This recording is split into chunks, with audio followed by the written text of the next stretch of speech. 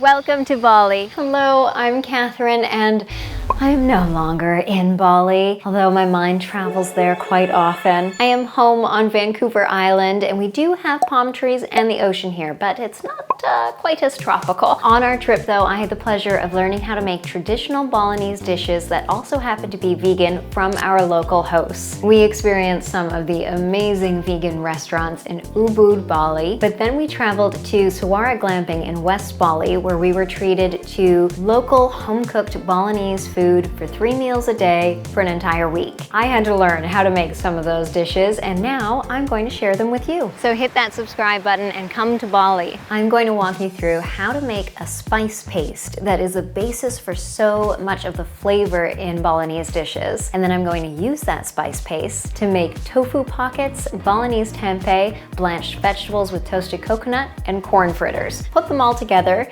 and you can enjoy an amazing vegan Balinese platter. And if you can get your hands on a fresh coconut, then celebrate with a coconut champagne pop.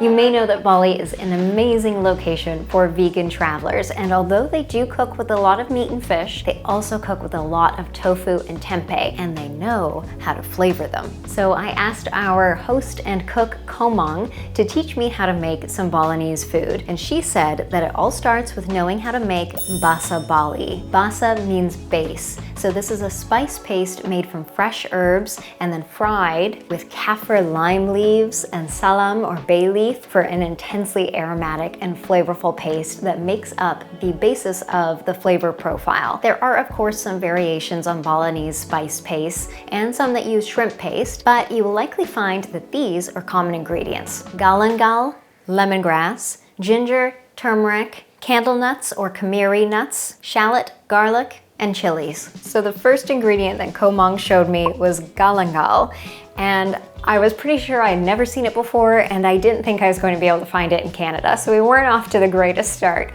But it turns out that I did find it on my very first trip to an Asian market. So if you're like me and you're not very familiar with Southeast Asian cooking, then you might not know that this is a very popular ingredient. I didn't find it fresh, however, and Komang showed me their garden where they were growing all of these herbs fresh, which makes the cooking so unbelievably flavorful. But I did find it frozen, so check there. This looks similar to ginger, but it tastes nothing like ginger. It's so intensely piney and almost minty. You know, it's like, the best way I can describe it, I think, is if you've ever put Vicks Vapor Rub on your throat and you get that like hit of freshness and coolness from the menthol, that's what this is like. It's so intensely refreshing and not at all like the spiciness of ginger. You can eat it raw, but it's really fibrous and most often pounded into a paste or minced really fine. So I peel the skin and mince it up, and I use about 1/3 cup or 60 grams. Next is lemongrass, and this is an ingredient that is much more common in supermarkets here. But if you've never used it, then you'll want to cut off this top part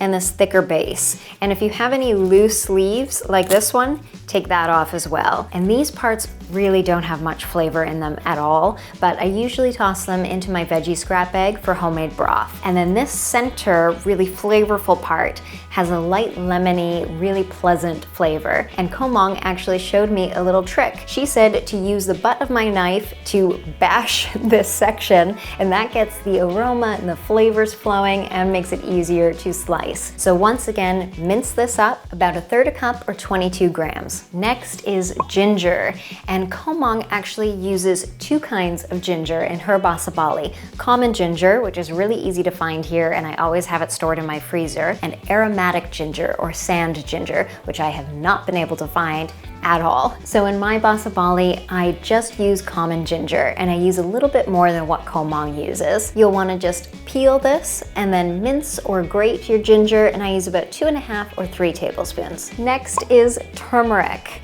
And I always have powdered turmeric. I use it all the time, but it's also quite easy for me to find fresh turmeric in the local large supermarkets here. Just like the ginger and galangal, you'll want to peel it and then mince or grate it, but beware of turmeric stains. The yellow-orange color of turmeric transfers onto anything it comes in contact with, and I'll prove it to you. Hidden so no one can see Oh my God. Is the shameful cutting board that I use for turmeric. So make sure you use something that you don't mind staining, because this is what happens. So you can protect your hands as well if you like. I usually don't, because the stains do fade pretty quickly from my hands, but wash everything it comes into contact with right away. And once again, like the ginger, you'll want about 2.5 or 3 tablespoons of the turmeric. Next is Candlenuts, and these are another that I didn't think I was going to be able to find here, but on a very first trip to an Asian market, they were right in the entranceway. So they are also called Kemiri. This is the package that I found, so you can look for that. These nuts look similar to macadamia nuts for me, but their taste is actually, I think, closer to a chestnut, and a note on taste. These are slightly toxic when raw, so don't snack on your candle nuts, and always make sure that your spice paste is cooked before you eat it. If you don't have candle nuts, then you can substitute macadamia nuts, and I mince up 3 to 4. Finally, shallot and garlic. You're probably familiar with these, so 1/3 cup or 30 grams each.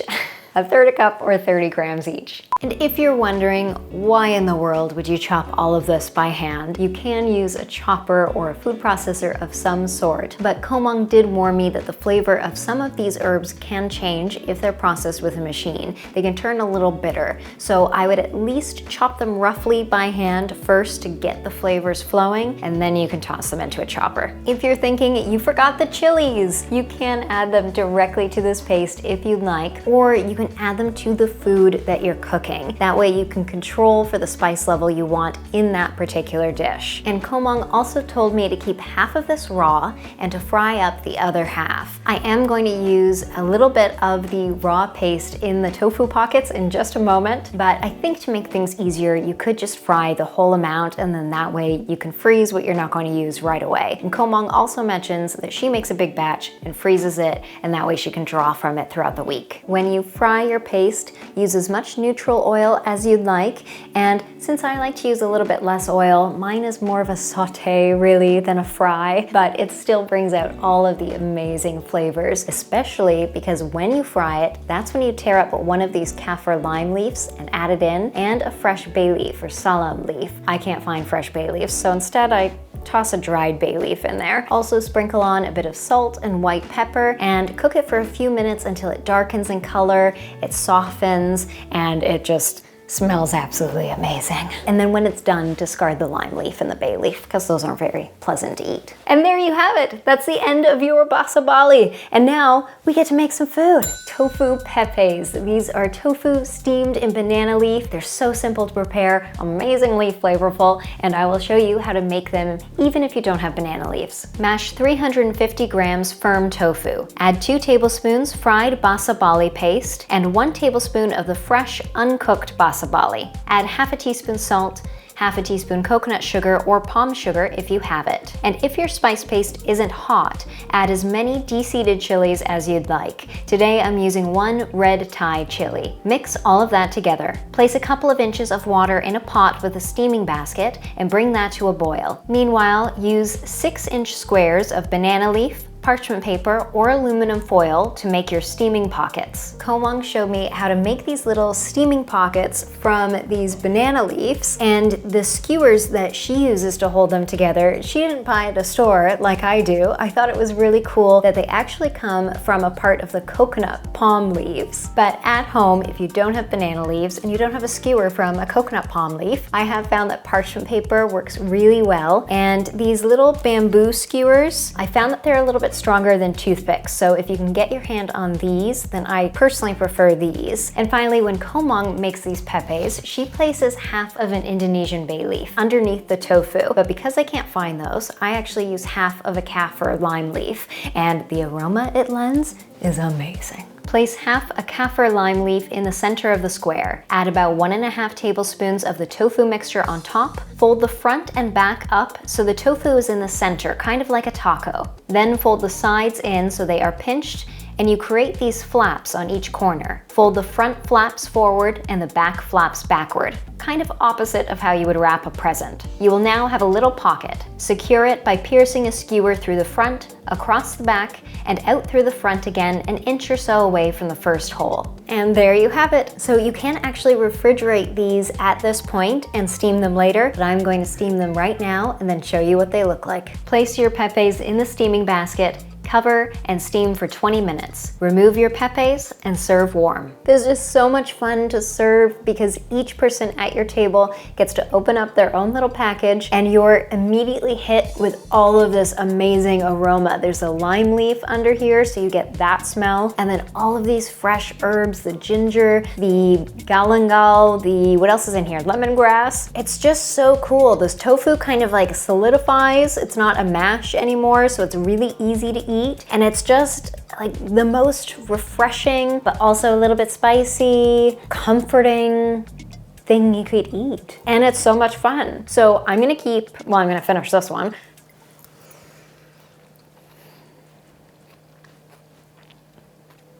Okay, you have to make that.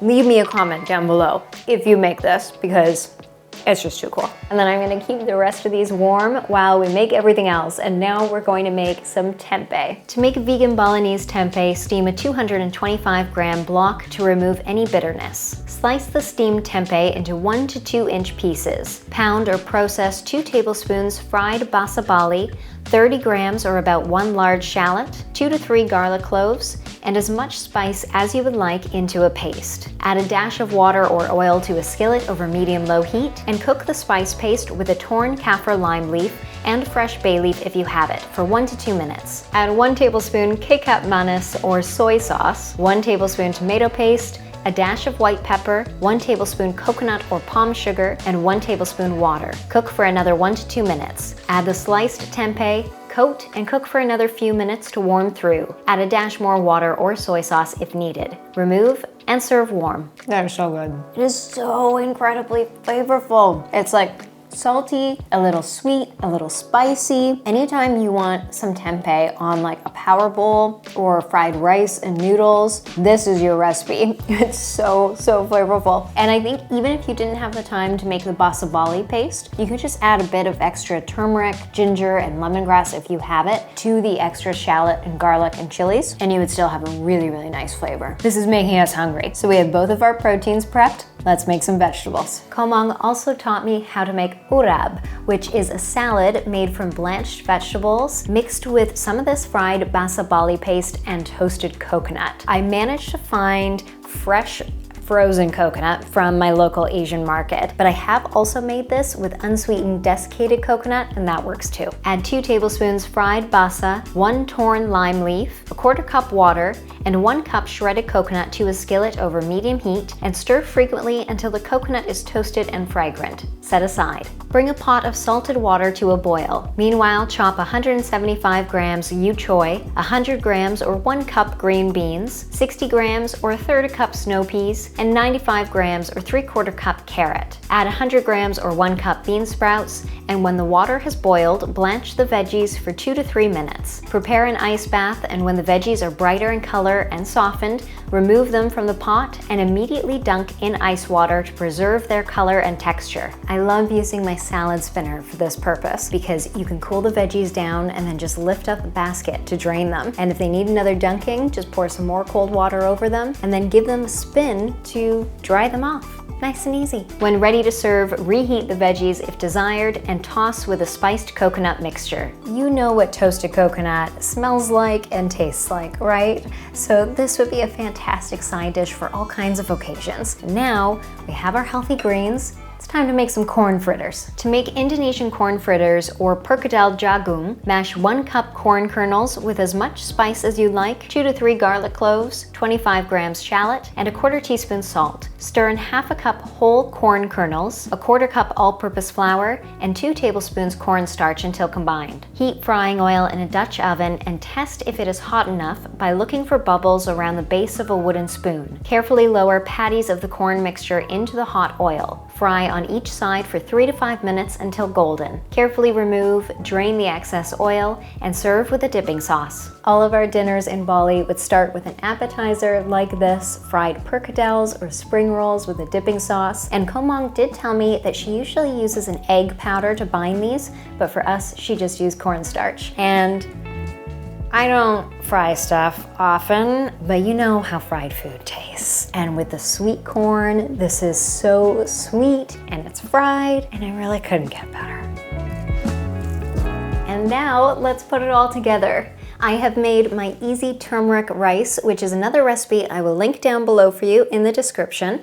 And if you've ever wondered how to serve a smooth mound of rice, it's very simple. Just pack your rice firmly into a small bowl, place a plate on top, flip, and remove the bowl. And I'll garnish it with a bit of that spiced coconut mixture. Easy as that. Now the tofu Pepes, Balinese tempeh, Urab, and Perkedel. A little taste of Bali to recreate at home. I'm so excited. We've been filming forever. This is great. Can I eat one of these? Of course, he's going straight for the corn fritter. Because we never eat fried stuff. So I know, it's like a treat. So good. This tempeh is amazing. You are a superstar. This is amazing. I would fly back to Bali just for that meal, which is saying something because it's a 20-hour flight. But now I don't have to. This is so good. I feel very grateful to be able to travel to Bali and to have learned from our local hosts and to be able to recreate this at home. Who wouldn't want to? Because it's fantastic. Sorry, you have a fluff on your forehead. Do you want to open up You know what's, wait a minute. You know what's missing? What? The sound of the ocean. Oh. I'm going to cut to it right now. You need to speak up for the ocean. Do I need to speak up for the ocean? Is that what you miss most about Bali? Like sleeping with the sound of the ocean? Maybe, yeah. The ocean at Shallot Glamping was so loud. Sometimes I couldn't hear you at dinner. Yeah, that's why we couldn't really film the cooking class with much audio because it was so loud. I'm so happy that I was able to recreate this. I didn't think that they would actually turn out solid like this. It is so good. Oh. Got some spice. This tastes exactly like Bali. We should just eat in a bathing suit. While playing Scrabble. We never played Scrabble while we ate, but Played we a played lot of Scrabble in Bali. Catherine is a pretty mean Scrabble player. Couldn't beat you for the life of me. Not food related. What was the thing you liked the most about Bali besides spending all your time with me? Yeah. It was our long delayed honeymoon. It got COVID delayed. Yeah, we were supposed to go May 2020. We went September 2023. But it was worth the wait. I think my favorite thing about Bali was the sounds. In our first stay in Ubud, we were in the rainforest, in the jungle. So just all the birds and the monkeys. Super tiny one? Where? Behind the big. Oh yeah, it's under it. Oh, it's so small. And then in our second stay in West Bali at Shallot Glamping, we were right on the ocean. And we just slept to the sound of the waves. What was your favorite thing about Bali? I think it was people were just so nice. All the locals were so kind. Everybody had such big smiles. Everybody was so welcoming, and it felt really genuine. It was just a really nice thing to experience, especially after the pandemic. But it was just people were really generous and kind, and even just showing us how to cook this food. And then we all ate a meal together, and it was kind of like when we went to Portugal and spent all the time with your family. It was a lot of similarities there. It was nice. What was your least favorite thing about Bali? There was a huge spider one night. I knew you were going to say that. That's why I teed you up.